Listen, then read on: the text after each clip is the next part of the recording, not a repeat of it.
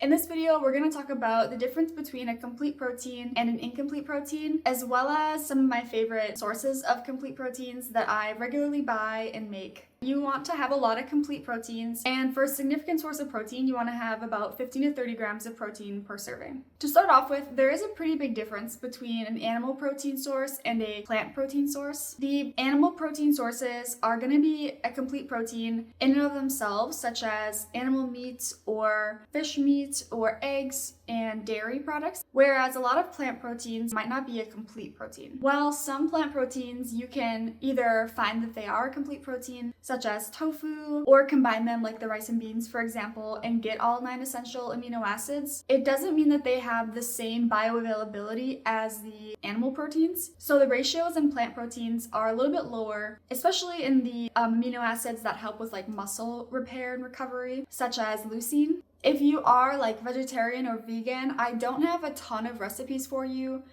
for hitting your protein goals, because I have found that I just am able to meet my protein goals a lot easier with the sort of like animal-based products. So I'm not an expert in vegetarian or like vegan proteins, I would say. So for me, I really like beef. I eat a lot of ground beef for meals. I look for grass-fed and pasture-raised, as well as organic if they're fed feed. I also look for pretty low fat, 90% lean, 10% fat. And I really do try to avoid that really cheap, low quality factory farm beef because one, they're fed a worse diet, two, their life is way worse, and I just don't want to support that kind of farming practices. And honestly, it's pretty easy to find nowadays, I would say, to get like high quality beef. I remember when my mom was selling beef like door to door growing up because my parents had beef cattle. I would drive with her as a kid and she would sell to like all these rich doctors, and it was like so taboo, or like she had a hard time getting people to like understand the benefit of like a pasture raised cow. And nowadays everybody, I feel like, understands the benefit of high quality beef. So that's actually pretty cool, which means it's kind of like more available in grocery stores as well. Nowadays, my parents have gotten rid of their beef cattle because they're getting older. So I just buy beef from the store, and that's also why I definitely look for the pasture-raised organic also, if possible. Just because sometimes they're finished with like grain, and at least trying to have organic. For me, in most areas, I really appreciate the organic, because it's not only good for me, it's good for the environment. But yeah, so beef is definitely a big one.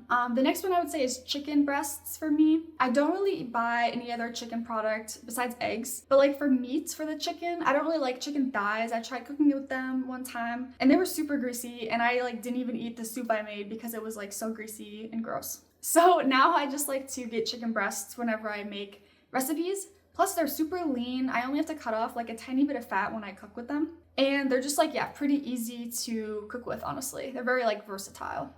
Not to mention like super high in protein. For the quality of chicken that I buy, I try to also get like the pasture raised, like the nice kind of chicken.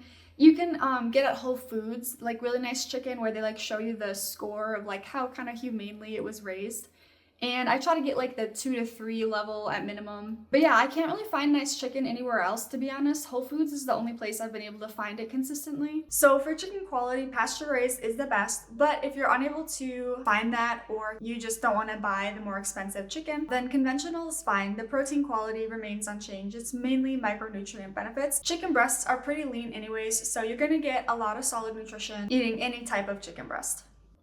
And then onto chicken eggs. I eat a lot of eggs because they're great for baking. They're really versatile. You can make egg bakes, just fried eggs. You can hard boil them. You can make scrambled eggs. And they're also a complete protein. For the eggs, I think it's also important to understand that cage-free on a box of eggs doesn't necessarily mean the chicken was not a factory farm chicken, because cage-free just means like they weren't in an individual cage in the like huge barn that they're in. But it doesn't mean that they ever got to see sunlight or eat outside and like graze and stuff. Not to mention their diet is a lot less diverse. I also had seen my mom raise chickens growing up, and to this day she still has chickens who lay her eggs every day. But it's really cute to see them out and about wandering, eating like weird rocks and stuff that they have to eat to help their digestion. And so when I buy eggs, and I don't get any eggs from her, I live too far away, but when I buy eggs, I like to look for that like pasture raised, not just cage free, so that I know that the chickens were able to get like forage outside and get sunlight. Also, the color of the egg doesn't necessarily matter. So like a brown egg versus a white egg doesn't mean that the brown is better. And a lot of organic like chicken eggs that are pasture raised are brown. But the best way to tell is when you crack the egg open and you look at the yolk and you can see like a deeper yellow color versus like a really cheap egg that's like super light pale yellow. And the darker one is like a lot more nutrient dense. And so that's why it's better to judge the egg on the color of the yolk than the shell of the egg. For eggs, pasture-raised is the best quality because you really do get better nutrition. I think it's a worthy upgrade if you do eat eggs regularly. And then for dairy, oh my goodness, I live in Wisconsin. It's definitely like a dairy capital, but I love yogurt, only like a specific type of yogurt. I only like Greek yogurt because it is more filtered, it's higher in protein, lower sugar, lower fat if you get the low fat variety. But yeah, it just like doesn't have like that weird, wet, gross texture that like, I don't know, like Yoplait or something has, where it's like really thin and like sugary and gross. It's a lot more dense. It's great for cooking and baking. It tastes really good if you get the like slightly flavored varieties of Greek yogurt that don't have sugar added, such as the Oikos Pro. And to be honest, not a big fan of yogurt in general, but then the Oikos one like totally brought me back to loving yogurt. I really like the mixed berry flavor. I'm not a big fan of the other ones like vanilla or strawberry. It's also really dry because Greek yogurt doesn't have as much water, so I have to add like berries to it, like blueberries, so that it's not so dry as I'm like eating it. But oh my goodness, it's like 20 grams of protein for a little tub and it's so delicious. But yeah, that's kind of the only yogurt I eat. And then if I'm gonna buy plain yogurt, just for pretty much baking or cooking, I used to eat plain yogurt with like honey and almonds on top. That's pretty good. You can add peanut butter as well and make it kind of like a sweet sort of yogurt. I also love cheese. Cheese is super fresh in Wisconsin because there's a ton of dairy farms. And I think the ones I use the most are probably like cheddar, mozzarella, and Parmesan. And these are mostly for like adding to something, like adding to a pasta I make. But sometimes I will eat them plain, like mozzarella with like crackers as like a charcuterie meal. But it's funny, I have traveled outside of Wisconsin and I feel like it's really hard to get good cheese outside of Wisconsin, but maybe you can find Wisconsin cheese, or maybe like the area you live in has good cheese. I hope so. If you don't love like cheese or don't have good access to cheese, that's okay too. I think that like a lot of shredded cheeses are honestly pretty good. So you don't necessarily need like the super fresh cheese to be delicious. Another dairy product that is really great is whey protein bars, like pre-made, that are really good from Costco. They're the Kirkland brand, so it's like the 21 grams of protein and like only 2 grams of erythritol, so it's like lean and mean, and it's super great for your muscles to repair and grow. Sometimes I'll make a protein drink after like a workout mostly, with a scoop of whey powder, and you just do 1 scoop and that is a whole 25 grams of protein.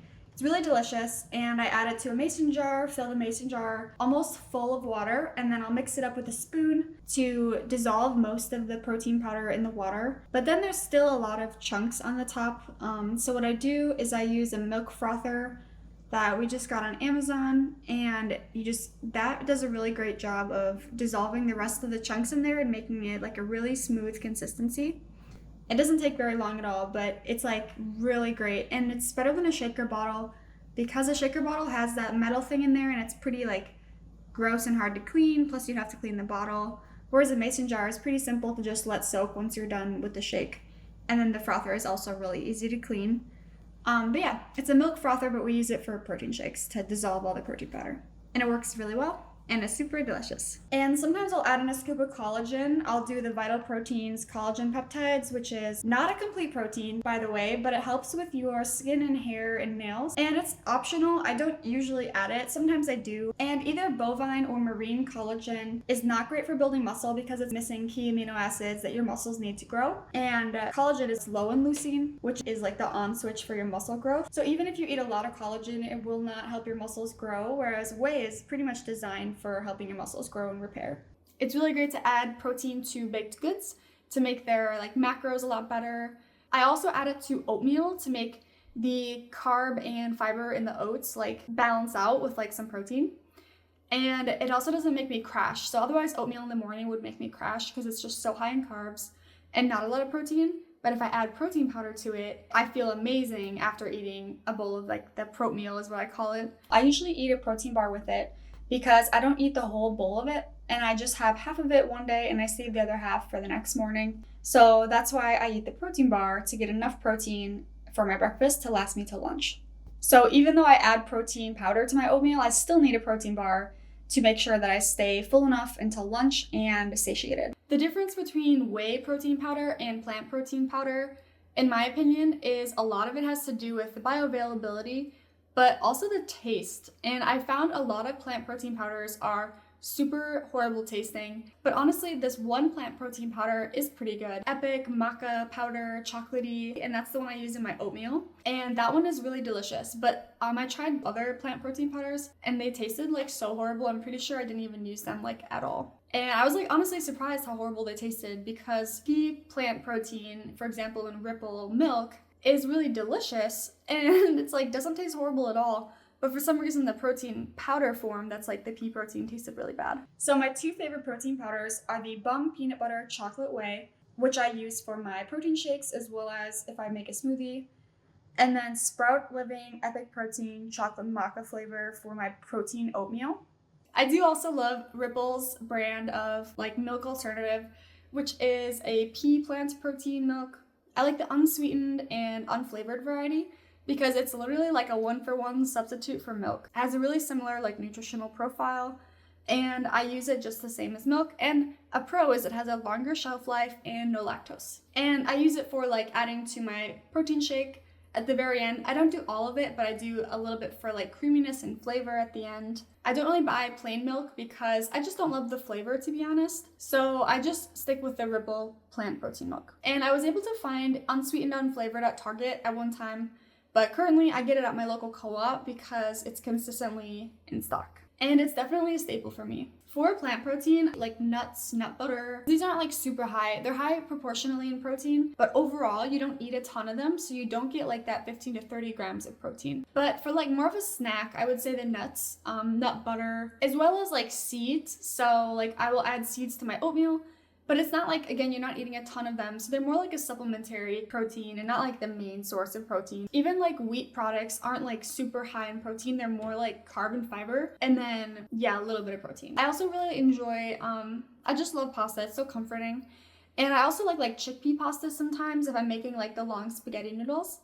Those are pretty good, and tofu. And I'll use this as like a meat replacer. So like if I make spaghetti noodles and sauce, I'll add the tofu on top instead of like meat sometimes. The last animal source of protein that I'll eat usually is salmon or shrimp. I like these because one, they taste really good to me, and then two, they're pretty low like in the mercury, gross like toxins. But yeah, I think the mercury warning is mostly for like tuna. I've never like eaten tuna. I don't like tuna at all. For the best quality of salmon and shrimp, that would be wild caught. And wild caught is generally considered healthier, better tasting, and better for your health and nutrition than farm raised. And that's because wild caught salmon and shrimp tend to have lower environmental toxins and also better omega-3 content, especially for the salmon. There's more PCBs in shrimp and salmon that are farm raised, and that's just something I want to avoid eating myself. But if you're not able to get the wild caught, that's okay. Both are considered safe. It's just that if you're looking for the best quality, wild caught is better than farm raised. So I would say I make pretty much just salmon occasionally, but it's really yummy when I do make it. I will get shrimp when I go out to eat a lot, so I don't necessarily make it myself a bunch. But yeah, those are both really solid sources of protein. And salmon, not to mention, has a lot of omega-3s, which are excellent for you. But if you don't love fish or don't want to eat, fish a bunch, I would definitely recommend an omega-3 supplement if you don't already take one. It's really good for your brain. It has like the DHA and EPA, which are like excellent for your brain and hormones and just everything. And your skin and your hair, so it's kind of like a beauty supplement. It is like so important for your health to try to take fish oil, especially if you don't eat salmon regularly. The only thing is I don't like eating it in the morning with coffee because I'll get like heartburn of like the fish oil and it's so gross. So I'll only have it like with lunch or dinner, and I try to eat it with food to avoid like that heartburn. Those are all of the high protein favorite foods I have for you. I hope that some of these are helpful, and I'll see you in the next video.